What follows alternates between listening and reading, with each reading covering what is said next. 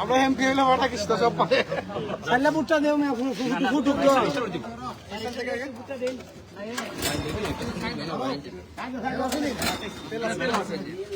এ line দাও না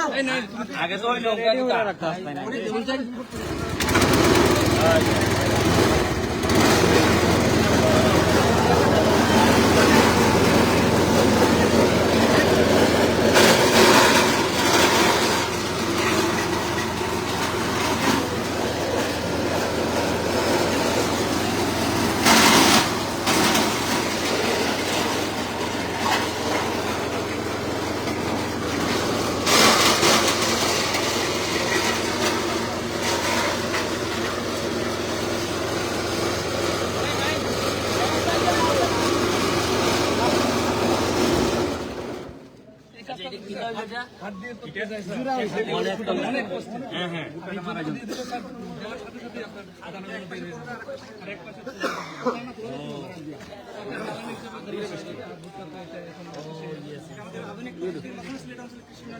দলে 30 জন করে কৃষক এবং 30%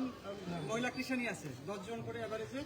এই 30 জন কৃষকের মধ্যে আমরা এটা দিয়ে দিচ্ছি, মানে এটা একক কোনো কৃষক পাচ্ছে না, এটা দলের গ্রুপ করে যারা ভুট্টা আবাদ করছে তাদেরকে